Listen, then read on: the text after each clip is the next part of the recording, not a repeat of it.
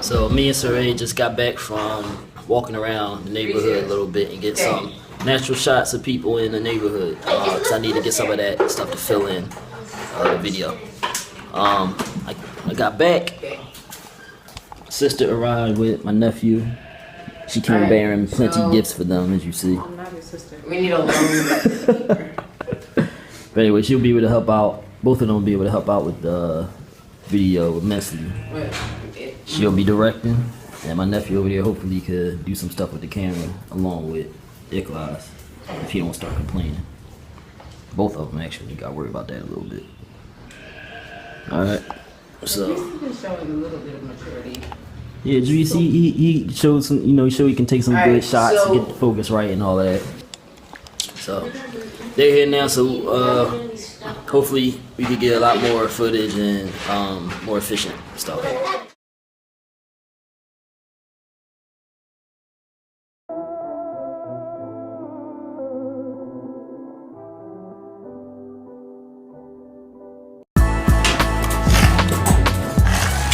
We about to eat our lunch now, Senegalese style. One of the things we take for granted when we travel sometimes, I think a lot of people might take for granted, is the food situation. Are you gonna like the food? Are you gonna get enough food? Well, in my situation, I was worried about whether I get enough.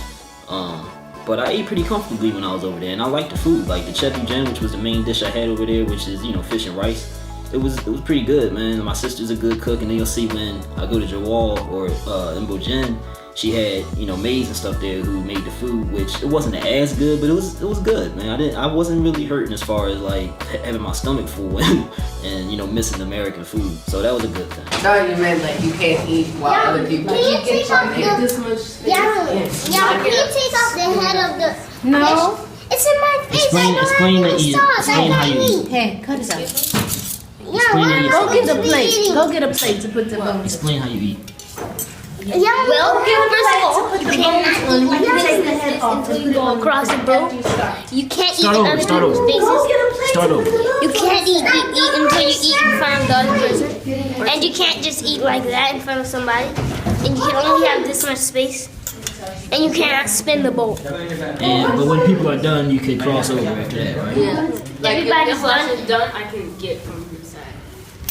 So you saw my nephew there explaining the eating etiquette, which is vastly different, obviously, from how we do it in America, which is more, you know, separated, individualistic, isolated. There you eat from the same plate, which I kind of liked in a way. I mean, you get accustomed to the lifestyle and tradition wherever you go. When I came back to America, obviously, you know, I started to prefer that style more. But over there, I got used to it and I kind of liked it. You know, it kind of conditions your mind more towards like a sharing mentality. And when, you know, people would even, like, you'll see when I go to Joe, I don't know if I caught it on film or not, but basically when I was eating out there, I noticed people would take stuff from their portion of the plate and dump it on mine. When it looked like my portion got low, or if I was done, but I didn't seem like I was done eating, they take some from theirs or somewhere else in the plate. If somebody else had finished their area, but they still had food left, and put it on mine. So I kind of like that. It makes you feel good. You know what I'm saying? Like everybody's, you know, it's a brotherhood, sisterhood, whatever, and we all there sharing and being a part of each other's experience. You know what I mean?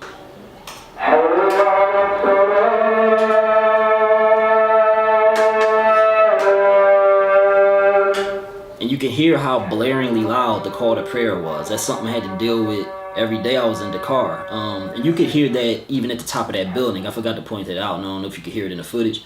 But, you know, you could hear it all the way at the top of that building, which was coming from directly next to the place where I was staying there. So, you know what I mean? That's just something I had to deal with a couple times a day in the car. But, you know, I was only there for, I guess, 3 days. Because when we left Jawal, we went straight to the airport. So I guess I was there, I think, about 3 days. You know, so I dealt with that in the morning. I'm saying dealt with, but it's the call to prayer. It's beautiful in a way, you know, so it wasn't really a bad thing, but sometimes it would wake me up in a kind of like a delirious mind state. During the day, it wasn't really a problem at all. So that's pretty much all I got done this day. Kind of a wasted day in my mind. But I'm gonna take you out to the end of this entry with, you know, my nephew and I. We did a little wrap up at the end of the day, so I'll let our little dialogue take you out to the end of the entry. What's today's date, yo? March 6th, 1:21 a.m. We still up.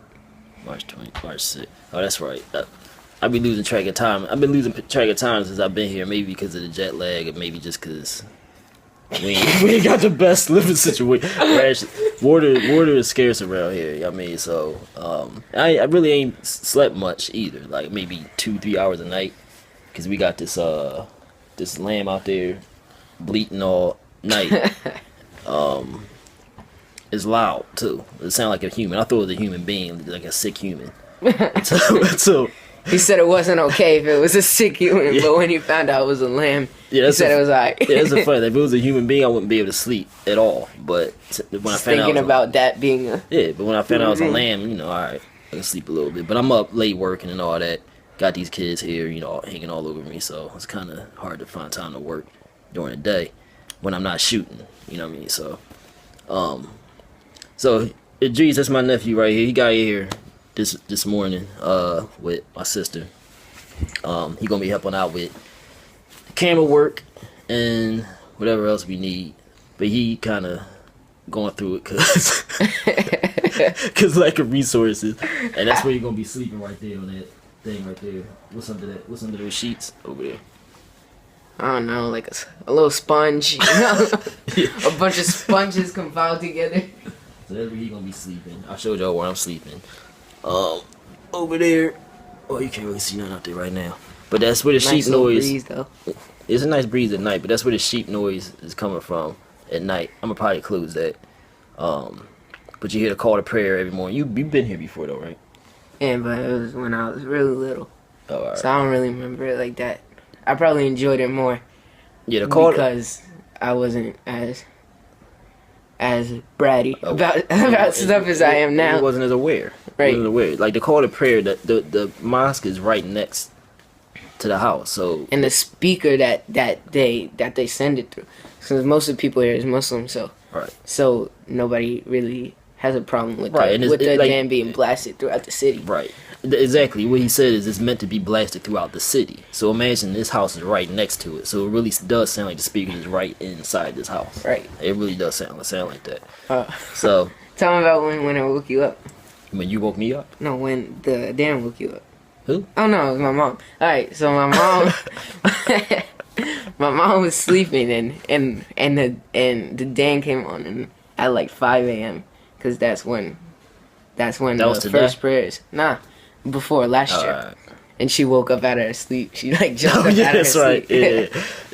Yeah. She was explaining that like that's what happened to me the first. Like I didn't expect it, so I woke up kind of delirious because I hadn't got much sleep. Which is probably the same thing that happened to her, kind of. And I was like half in and out of sleep, so I didn't know really what's going on. I mean, I did realize that after a few seconds it was a call to prayer, but since I was half sleeping, everything was kind of foggy. And then I heard there's a rooster. I forgot about that. It's a rooster. It's called in the middle of every call. So it'll say. So he'll say something, and then right in between it, you have the rooster. So I was just confused as what was going on because the rooster sounded like a horn. So I was thinking, like, are they blowing a horn just to make sure people don't fall asleep between calls? So anyway, yeah, but being here, experiencing this, makes you realize how good you have it back in the States because there's no running water. Yeah, right. Like now, sometimes the faucet's working, sometimes it's not. Sometimes the lights turn on, sometimes they don't. Right now they cut the water off, and it doesn't usually happen. But right now, when he got here, the water was cut off. So that's what he's experienced right now. As soon as he get here, there's no running water. So also no toilet paper. Yeah, I had to go buy toilet paper. Uncle Taji got a stash of 3 toilet papers in his room, all in different places. I should explain here that, you know, the lack of toilet paper thing. They didn't sell toilet paper many places in Dakar because that's not their custom. They wash their behinds when they use the restroom with, water. They pour water down there and then they wash it with their hands. So they do everything in Senegal with their right hand. It's considered the right hand. They're clean people, but they do everything with their right hand because, you know, obviously this is the hand that they do that business with. So again, that was too much of an adjustment for me. So I had to find somewhere where they sold toilet paper and get my little stashes. It was gonna last me the rest of the 2 weeks. But yeah, like, you know, even in the public places, like I noticed in the airport when I was going home, they didn't have They didn't have toilet paper. They had like little things of water next to the stalls, and that's how you wash yourself. So tell them how we dealing with the lack of water. Well, his sister and my aunt's husband is actually taking big jugs of big bottles and taking them to the well and filling it up with water and lugging it back and forth every 10 minutes. And he brought like maybe like six big gallons of water back today. Yeah. So you think of what you need. You don't usually think of what you need water for in the States because you have it all the time. You don't really realize what you need it for until it's gone. Right. So we using it for tea, just to drink. Shower, washing your hands, and whatever else. So the shower experiences wasn't fun for me. First time this man, I did it by myself. I put two pots of smoldering water in the bucket when I was only supposed to put one, and I was stupid. I didn't test how hot the water was. I just took it and I poured it on myself because there's no shower head that lets the water in, so you have to put in a bucket. And I just burned my whole. Scolded himself in the shower. I mean, I kind of burned myself too because I almost made the same mistake except I didn't pour it on me.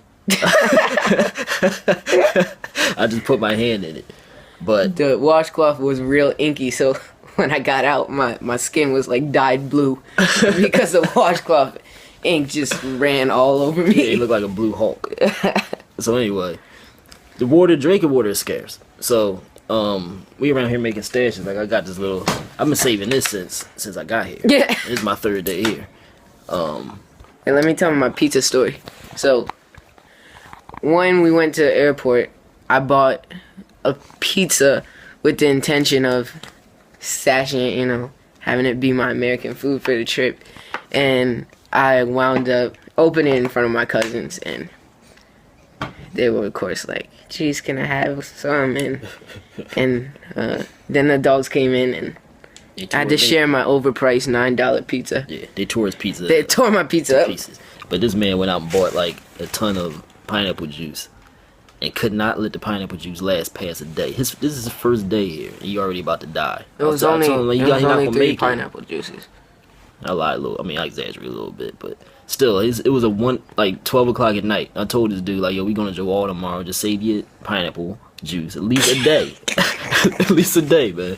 All right, so you can last. You can ration it out. Like, like the food you got to ration it out over the course of 10 days. Right.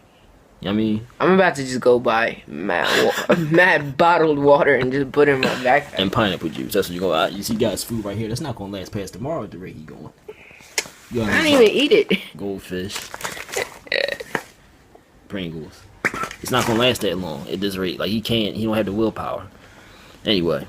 I'm gonna show him I got the willpower. At least we'll have a well at Jawal when we go tomorrow. My living conditions not gonna be that great because I got to stay in a tent. I don't know if he gonna be in there or not. I'm gonna be in there too. Alright, bet. I'm gonna be in the same tent as you. I thought you was gonna be in the house. They said they don't have no space for me. They got space, man. Anyway. Umi just don't want to share a bedroom, Yeah, to be honest. Yeah, probably. She just doesn't want to sleep with anybody else. Anyway, so we're gonna be in the tent with the maids and the and the cooks. Cooks and stuff like that. In a warehouse. This is where the tent is. It's not next to the house either. It's like a little walk down the way. In the middle, and when the lights go out, they out. Ain't no lights. So at least from what I understand. I mean, we could always just do hyenas this. And stuff like that around. They got supposedly. I didn't hear. What? No, they not like they don't come around. Hyenas? You can hear them. You can hear them. And then they got like rats and mice and supposedly. I mean, they maybe they exaggerate. I can't imagine people sleeping around rats and mice and lizards and stuff. But I mean, white people. Come on, man. Whatever foul comes out of his mouth, don't blame me for it. Alright, don't not support my music because this dude don't have no muzzle. Anyway, so that's where we're going tomorrow. Hopefully it'll not be as bad as what it seems like it might be. We out. Hold on, you can hear it now. You can hear the lamp. Hold up. Every time I want to do it, it stopped. Come on. Come on. Go on, make a noise. What? Trying to make me look like a fool in front of Go you. act like you gonna kill it. What? Go act like you gonna kill it. Then don't make a noise. What? Go out there and go. All right, there you go. Ah. Oh my god. You tell me that don't sound like a person. It sounds just like a person. Shoot. You know what I mean?